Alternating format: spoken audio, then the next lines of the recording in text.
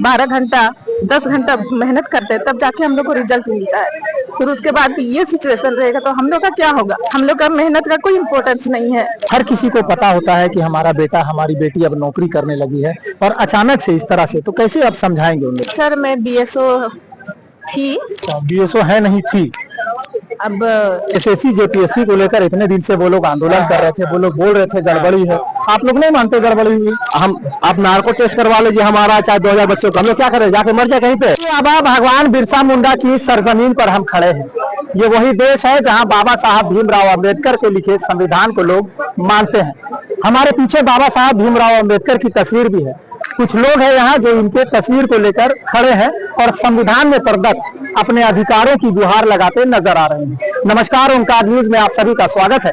मैं हूं मोइजुद्दीन। इस वक्त मौजूद हूं झारखंड मंत्रालय में, जहां हेमंत सोरेन सरकार के अधीन काम करने वाले कर्मचारी आज उनसे नाइत्तेफाकी रखते हैं, नाराज हैं। सीधे तौर पर कहना है हमें एक दिन में अचानक से ये तुगलकी फरमान क्यों सुनाया गया। दूसरे तरफ बिरसा मुंडा की एक तस्वीर, बिरसा मुंडा यानी हमारे पूर्वज, जिन्होंने झारखंड राज्य में यहाँ के आदिवासी, यहाँ के मूलवासी, यहाँ के निवासियों को खासकर अलग राज्य के बाद उनका हक अधिकार दिलाने की बात कही थी। लोगों से बात करते हैं, क्या मामला है आप लोग तस्वीर लेकर यहाँ? हम लोग के साथ बहुत ही बड़ा अन्याय हुआ है जी।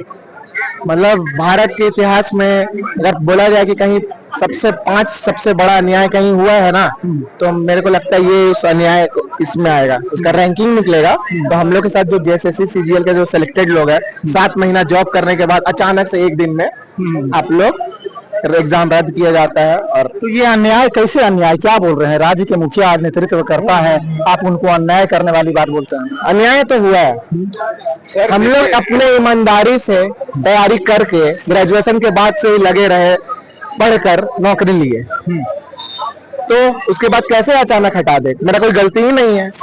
हम फेयर तरीके से एग्जाम दिए और सिलेक्ट हुए और ज्वाइनिंग हुआ, तो इसको अन्याय नहीं बोलेंगे तो क्या बोलेंगे? अच्छा, जेएसएससी जेपीएससी को लेकर इतने दिन से वो लोग आंदोलन कर रहे थे, वो लोग बोल रहे थे गड़बड़ी है, आप लोग नहीं मानते गड़बड़ी हुई?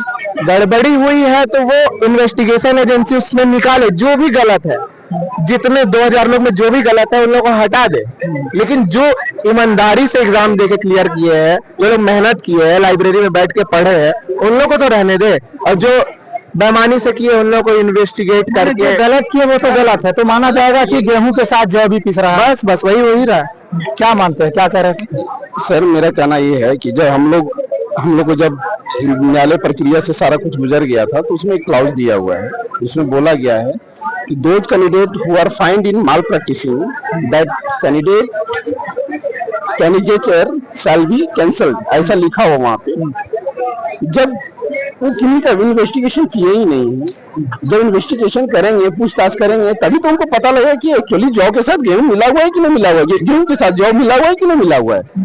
ऐसे तो कहने का तो बोल दे रहे हैं कि लोग पिस गया, लेकिन मिला हुआ है कि नहीं वो तो पहले जांच भी नहीं किए हैं। 1 मिनट आपके पास आते हैं फिर से। तो हम झारखंड की सरजमीन पर खड़े हैं, जहां गठबंधन का नेतृत्व हेमंत सोरेन की सरकार कर रहा है, लेकिन लोगों का मानना है कि हेमंत तेरी माया, कहीं धूप कहीं छाया। ये बिरसा मुंडा की तस्वीर लेकर खड़े हैं। इनका साफ तौर पर कहना है कि हमारे साथ अन्याय हुआ। क्या लगता है, जेएसएससी जेपीएससी इतने दिनों से वो लोगों का आंदोलन था, अब आप लोग सरकार के खिलाफ? देखिए, हम खुद ही बोल रहे हैं कि आपको जो जांच करवाना है, हम सभी जांच के लिए तैयार हैं। आपको सीआईडी आपके पास है, एसआईटी आपके पास, आप ढूंढ निकालिए उन लोगों को और बाहर फेंकिए उन लोगों को, ठीक है? हम लोग का कोई कसूर नहीं है। आप नार्को टेस्ट करवा लीजिए हमारा, चाहे 2000 बच्चों का, छाटिए वहां से, लेकिन भर्ती रद्द कर रही है, कहाँ का न्याय संगत बात है? हाँ, हम लोग क्या करें, जाके मर जाए कहीं पे? हाँ, क्या चाहते हैं, सब फांसी लटक जाए यहाँ पे? ये गलत हुआ है सरकार के साथ। सरकार अपना जो भी निर्णय लिया है, तो लकी फरमा उसको वापस ले, नहीं तो हम लोग नहीं जाने वाले हैं यहाँ। कब आप लोगों की नियुक्ति बहाली हुई थी? हम लोगों की अभी जनवरी में नियुक्ति हो गई थी हम लोग की। बहाली तो बहुत 2016 का है, रद्द होते होते आ रहा है। अब तो इसको वैकेंसी को क्लियर ही नहीं कर पाया। माननीय मुख्यमंत्री क्लियर किए, लेकिन देखिए भीड़ के दबाव में वो भी यही काम कर दिए हैं। कैसे इसे भीड़ का दबाव कैसे कह सकते? भीड़ का दबाव ही कह सकते हैं इसको, क्योंकि न्यायालय का फरमान आया था इन लोगों को नियुक्ति दिया जाए, और जो गलत हो उसको आप साइडलाइन कीजिए। इसका मतलब ये थोड़ी है कि सबको मतलब आप नियुक्ति से हटा दीजिएगा। ये कहाँ का न्याय है? हाँ, और 10 लड़का में अगर एक लड़का भी अगर मिल जाएगा उसको आप हटाइएगा, 9 को मतलब छाप दीजिएगा। ये मतलब ये नया संगत है। कोई भी देखिए पिछले 22 से 25 दिनों तक रांची के जयपाल सिंह स्टेडियम में जेएसएससी, जेपीएससी और सीजीएल परीक्षाओं में अनियमितता और कथित तौर पर गड़बड़ी के आरोप के साथ अभ्यर्थी आंदोलन कर रहे थे। इसे लेकर लोगों ने विधानसभा घेराव भी किया, बाद में सरकार को चेतावनी भी दी कि आने वाले समय में हम आपको रास्ता दिखाएंगे। और ऐसे में सरकार ने एक फरमान जारी किया जिसमें कह दिया गया कि टीडीपीएल की ओर से ली गई तमाम परीक्षाओं को रद्द किया जाता है। ऐसे में जितने भी कार्यरत, सरकार के अधीन जो कार्यरत अभ्यर्थी थे, ये अब निरस्त किए जा चुके हैं और अब जो है ये बेरोजगार अपने आप को मान रहे हैं। अब साफ तौर पर इनका कहना है कि सरकार ने हमारे साथ अन्याय किया है। देखिए झारखंड मंत्रालय परिसर की ये तस्वीर है। अपने सहयोगी को कहेंगे कि इस तस्वीर को दिखाइए। तो जगह जगह लोग जो अभ्यर्थी थे, जो माफ कीजिएगा अभ्यर्थी नहीं, जो सरकार के अधीन काम करने वाले कर्मचारी, जिनको नियुक्ति पत्र दिया गया था और ये सरकार के लिए काम कर रहे थे, कई तरह के पद, कई तरह के अधिकारी, कई तरह के कर्मचारी, जिनको वेतन भी देने की बात की गई थी। यहाँ तक कि ये अपने घर परिवार को छोड़कर राजधानी में और पूरे जिलों में, अलग अलग क्षेत्रों में अपने संस्थान में ये योगदान दे रहे थे। लेकिन अचानक से हेमंत सोरेन का ये फरमान कहीं ना कहीं इन लोगों को बेरोजगार करता दिखा और अब ये जो है आंदोलन पर है। क्या लगता है कि अब आप लोग क्या करेंगे? हम लोग आमरण अनशन करेंगे जब तक सरकार अपना अधियाचना वापस नहीं लेती है। ये फरमान बहुत गलत है। हम लोग यहीं बैठे रहेंगे जब तक ये वापस नहीं होगा। तो चलिए, हेमंत सोरेन की सरकार लगातार युवाओं के सर्वांगीण विकास की बात कर रही है और इसी बात को लेकर तमाम झारखंड के लोगों के लिए एक तरह से जो अपनी महत्वाकांक्षी योजनाएं हैं उसे लेकर आगे बढ़ रही है, लोगों के लिए नियुक्तियों के बौछार कर रहे हैं। लेकिन कहीं ना कहीं जो युवा है वो परेशान है सरकार के इस नियम से, सरकार के इस फैसले से नाराज नजर आ रहे हैं। कहाँ से हैं आप लोग? सर मैं बीएसओ थी, हाँ। वह नामको में पोस्टेड थे। अच्छा, बीएसओ है नहीं थी। अब लेटर नियुक्ति ही रद्द हो जाएगा, उसके बाद था ही इस्तेमाल होगा। अचानक से हेमंत सोरेन ने किस आधार पर इस तरह का निर्णय ले लिया, क्या मानते हैं आप? अब जो भी बेसिस था, बट ऐसे निर्णय नहीं लेना चाहिए था मेरे ख्याल से। हम लोग जो भी आए हैं, ठीक है, जैसा भी निर्णय हुआ, लेकिन जेन्युइन कैंडिडेट भी है यहाँ पर, बहुत को जेन्युइन कैंडिडेट है। हम लोग अपना इतना साल का मेहनत दिए हैं, इसमें खून पसीना अपना लगाए हैं, तब जाके एक सरकारी नौकरी हम लोग को मिलता है।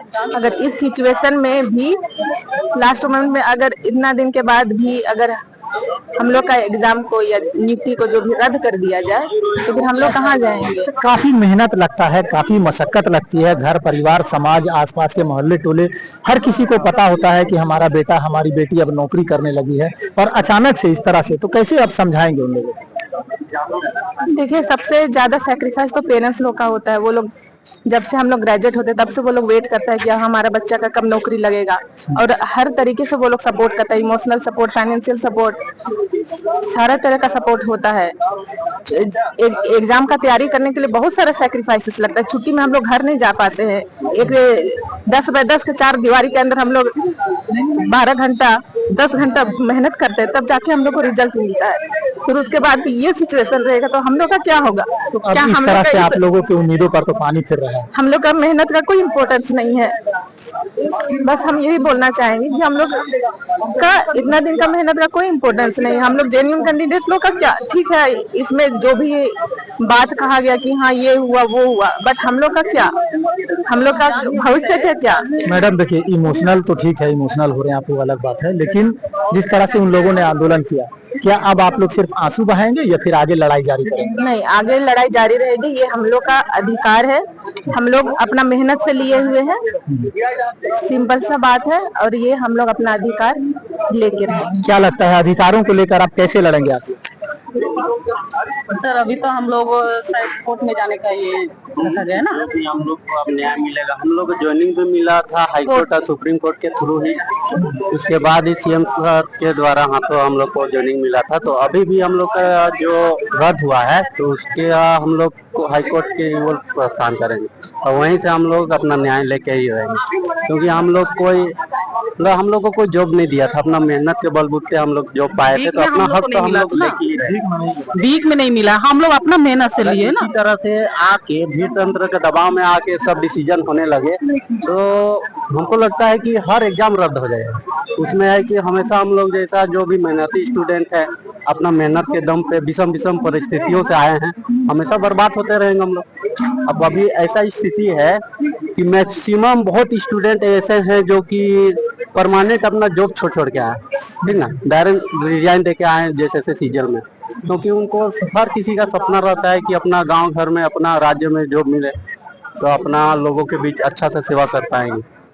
वही सोच के बहुत लोग रिजाइन दे के आया। अभी ऐसा कंडीशन हो गया कि इधर से भी कैंसिल हो गया और वो भी जो पहले कर रहे थे वो भी छूट गया। तो हम लोग के लिए कौन सा रास्ता बचा बताइए? ना हम लोग का एज है ना जॉब है, करे तो क्या करे। हम लोग को एक तरह से देखा जाए तो सरकार हम लोग को सुसाइड करने के लिए मजबूर कर रही है। अगर सरकार नहीं मानती है, अब फिर से जो निरस्त हो गए तो हो गए, तो नहीं, हम लोग को उनके ऊपर मतलब पूर्ण विश्वास है कि वो हम लोग का बात भी सुनेंगे, एक तरफा डिसीजन नहीं लेंगे और हम लोग न्यायालय तो जाहिर है, अब उधर से भी उम्मीद है कि हम लोग के फेवर में डिसीजन होगा। तो चलिए, सरकार के निर्णय के बाद निरस्त हुए ये लोग, ये कर्मचारी यही कह रहे हैं कि हम अपनी मेहनत, अपनी काबिलियत के दम पर नौकरी हमने हासिल किया है, लेकिन सरकार के इस फैसले के बाद अब हम बेरोजगार हैं और ऐसे में अब न्यायालय का दरवाजा खटखटाएंगे, इसलिए कि गेहूं के साथ धूल पिसने वाला मामला हम नहीं होने देंगे। अब ऐसे में देखना होगा कि पिछले 18 से 20 दिनों तक आंदोलन करने वाले छात्रों ने जिस तरह से अपने आंदोलन के दम पर अपनी जीत दर्ज कराई, क्या अब ये उस दौड़ में आगे बढ़ पाएंगे? सवाल ये भी उठता है कि निरस्त किए गए ये तमाम कर्मचारी क्या सरकार पर दबाव बनाएंगे या फिर न्यायालय के आदेश अनुसार संवैधानिक रूप से अपने अधिकारों को मांगने का काम करेंगे? ये देखने वाली बात है।